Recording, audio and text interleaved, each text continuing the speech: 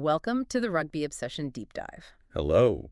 Today, we're not just talking about a title defense. We're unpacking a full-blown revolution. That's putting it mildly. We're looking at France ahead of the 2026 Six Nations, and honestly, looking at this team sheet, it feels like Fabien Galthié has decided that stability is, well, boring. It is definitely not the steady as she goes approach. Not what you'd expect from a team that just won the title last year. Right. Usually you win a championship, you tinker. You look for marginal gains.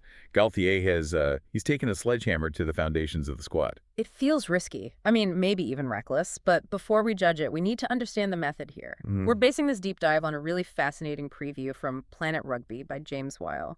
It was published February 2nd, 2026. Great piece. The headline is, Fabien Galthié's calculated gamble to pay off as France claim consecutive titles. So clearly James sees something here. A method to the madness. Exactly. But before we get into the weeds of all that, if you want to stay ahead of the pack during this tournament, make sure you hit that subscribe button for Rugby Obsession right now. Oh, absolutely. We're going to be breaking down every tackle and try, and you do not want to miss it as this thing unfolds. And there's going to be plenty to analyze, that is for sure. Okay, let's unpack the biggest headline first. James Weil calls it the brutal cull. Yeah. And when I saw the names left out of this squad, I had to double check. I wasn't reading an injury report. Grégory Alldritt, Damian Penaud, Gaël Fickou, gone. Dropped. Just gone. It's a massive statement. And I think cull is absolutely the right word. But hold on, explain the logic. These aren't just good players. I mean, these are the guys on the posters. Right. If you combine Alldritt, Penaud, and Fickou, you're looking at, 215 caps of test experience. Wow. That's what we call institutional memory. Alldritt is the heartbeat of the pack. Penaud is literally France's all-time leading try scorer. Fickou. Yeah. He's the defensive captain. So, by dropping them, Galthié is basically saying that what you did yesterday buys you absolutely no credit today. None. Even if what you did was win a Grand Slam. That sounds great in a press conference, no one is safe. But in reality, you're throwing away leadership. That's the gamble. When the pressure comes on in the 70th minute against Ireland, don't you need the guy who's been there 80 times before? You'd think so. But Galthié is betting that freshness and a specific tactical fit are more valuable than pure experience. But you're right to be skeptical. It creates a vacuum. And speaking of things going wrong, we have to talk about the context here. Because it's not just about the players Galthié chose to drop. No, it's not. It's about the tragedy surrounding Uini Atonio. This is the shadow hanging over the entire French camp. It is just heartbreaking. Last week, Uini Atonio, their massive tight head prop, suffered a heart attack. God, it's just awful. It is. He was forced into immediate retirement. And obviously the human side is the most important thing here. We're all just so glad he's okay. But strictly from a rugby analysis perspective, which is what we're here to do, this is a catastrophe for their game plan. Because he wasn't just a prop, right? He Yeah. was enormous. He was a unique physical specimen. The ballast. When you have a tight head that big, that strong, he anchors the scrum in a way that just changes everything. It frees everyone else up. It does. It lets the flankers detach earlier. It lets the number 8 play more freely. Losing him so unexpectedly right before the tournament, it removes the safety net for the entire pack. So you have the emotional trauma of losing a teammate like that, plus the structural loss of your scrum anchor, plus you've voluntarily fired your best ball carrier and your defensive captain It feels like walking a tightrope without a net. while juggling chainsaws. Right. It forces the remaining players to grow up instantly. There's no one else to look to. Which brings us to the why. Why do all this? The Planet Rugby article suggests this isn't just shuffling deck chairs. It's a total philosophical shift. It is. We're moving from the Toulouse era to the Bordeaux era. Break that down for us. What does that actually mean on the grass? This is the most fascinating tactical pivot I have seen in years. So, for the last World Cup cycle, France was basically Stade Toulousain plus guests. They played the Toulouse way. Which is what exactly? It's structured. It's systematic excellence. Yeah. Think about how Dupont and Nkanang play at Toulouse. It's all about controlling territory, specific pods of forward, Waiting for a mistake. and then punishing it with lethal efficiency. It's high-percentage rugby. And look, it worked So why change it? because the game evolves. Yeah. Defenses have figured out how to slow that structure down. So now Galthié is looking at Union, Bordeaux-Bègles, UBB. Champions Cup winners in 25. And they did it playing a completely different sport. James Weil describes it as Organized chaos rendered beautiful through precision. Organized chaos. That sounds like a nightmare to coach. It's instinct over structure. Instead of running to a predetermined spot, the Bordeaux players run to where the space is. It relies on offloads, on support lines that change at the last second. Keeping the ball alive. At all costs. Yeah. It's incredibly fast and incredibly hard to defend because even the French players don't know exactly what they're going to do next. And you can see that in the squad. It's heavy on UBB talent. Louis Bielle-Biarrey, Depoortère, Mofana, Jalibert, Burros. Exactly. He's basically importing the Bordeaux backline. But here's the friction point. Can you play organized chaos at the test level? Right. Test rugby is usually tighter, more about attrition. If you try to throw a 50-50 offload against Ireland and it goes to ground, they will punish you. That's my worry. It sounds fun to watch, but does it win titles? And does it cause what James Weil calls dissonance? Because you still have Antoine Dupont at 9. Master of the Toulouse system. Can he conduct an orchestra that's playing free-form jazz? That is the million-dollar question. Yeah. I mean, Dupont is brilliant enough to adapt to anything, but his instinct is control. The Bordeaux instinct is freedom. That's a huge ask, to merge those two styles in just a few weeks. It is. If they get it right, it could be unstoppable. If they get it wrong, it'll look like a disjointed mess. It's a massive experiment. And I want to pause here and put that question to you, the listener. Do you think dropping experienced veterans for this organized chaos is genius, or is it madness? Is Galthié a visionary, or is he panicking? Leave a comment and let us know your thoughts. And while you're there, hit that subscribe button for Rugby Obsession so you don't miss our reaction when we see this chaos in action. I'm really curious to see what the listeners think on this one. The fan base is very divided. I bet. Now, let's zoom in on the players who have to execute all this. We mentioned him, but the king is back. Antoine Dupont.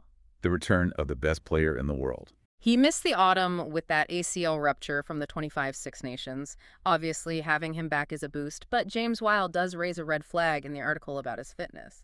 And it's a valid concern. We're not questioning his skill. He's Antoine Dupont. But he has only played 458 minutes of club rugby since March 2025. That is not a lot. It's barely 5 full games.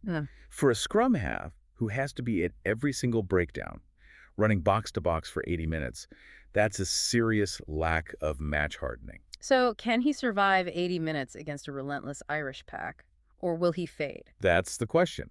And he's coming back into a team that looks very different. He's got a new partner at 10. Mathieu Jalibert. The Jalibert-Ramos axis. This is what the article calls an intriguing tactical variable. Intriguing is usually code for problematic. Well, it's a clash of styles again. Jalibert's the embodiment of that Bordeaux chaos. He plays what he sees, he attacks the line, he takes risks. And Ramos at fullback. Very tactical, very structured, a master of the kicking game.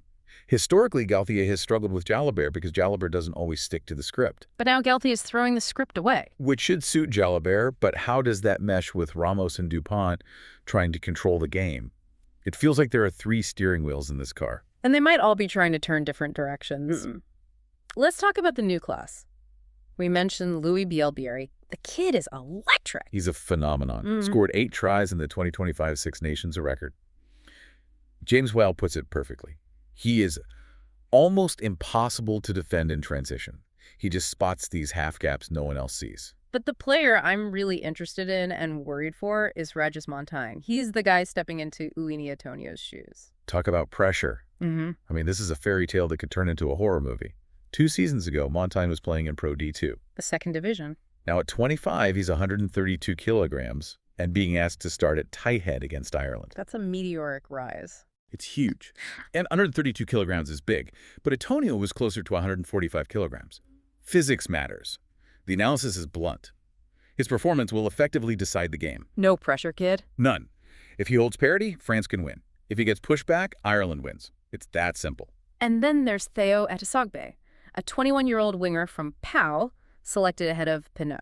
And this is the selection that proves the form over fame philosophy. Attissogbé is exciting, he's got searing pace, but asking a 21-year-old to deal with Ireland's aerial bombardment, that's a massive test of nerve. So we have the players, the philosophy. Now let's talk about the date. Thursday, February 5th, Paris, France versus Ireland. The source says the entire Six Nations will be won or lost on this night. It sounds dramatic, but the math backs it up. These are the two favorites. Whoever wins this game is in the driver's seat. And Ireland has their own issues, don't they? An injury crisis? They do. Porter, Henshaw, Hansen all out. But Andy Farrell has built a system where they can plug players in and the machine keeps rolling. They are so tactically sophisticated. They target the new guys. Oh, they'll target Montaigne in the scrum with what Weil calls predatory focus. That's terrifying. Predatory focus. It is accurate. They will test that rookie on the very first scrum. If he wobbles, they will go there all night. But France has something Ireland doesn't. They have the Stade de France on a Thursday night, paying tribute to Uini Atonio. You cannot quantify that. The emotion in that stadium is going to be visceral. The players will be playing for their fallen teammate. And that kind of emotional fuel can override tactical problems. It can make you run harder, tackle harder. James Weil believes that emotional edge, combined with home advantage, might just be enough to tip the scales. So let's get to the bottom line. After all the chaos, the injuries, the revolution, what's the prediction? Despite all the risks, James Weil Planet Rugby is backing Galthié. He predicts France to finish first. Wow. So the revolution succeeds. That's the forecast. The logic is they beat Ireland in that opener, riding the wave of emotion. Then look at the schedule. Wales, Italy. Those should be bonus point wins. Scotland and Paris is tricky, but they usually handle that. Which sets up? The finale, March 14th against England. A potential coronation in Paris. It sounds plausible when you lay it out like that, but it all hinges on that first game. Completely. If they lose to Ireland, the calculated gamble looks like a disaster. The pressure mounts, the press turns on Galthié. And that dissonance could crack wide open. Exactly. You know, this whole situation makes me think about something bigger. We talk so much in sports about experience. We value the old heads. But Galthié is challenging that fundamental assumption. He's suggesting that in modern rugby, institutional memory might actually be a burden. That holding on to the way you won 5 years ago actually stops you from winning today. He's betting his career on the idea that you have to destroy your own masterpiece to build a better one. Destruction is a form of creation. It's a provocative thought. Is experience a trap? I guess we're going to find out starting February 5th. I cannot wait. It's going to be absolute fireworks. It certainly will be.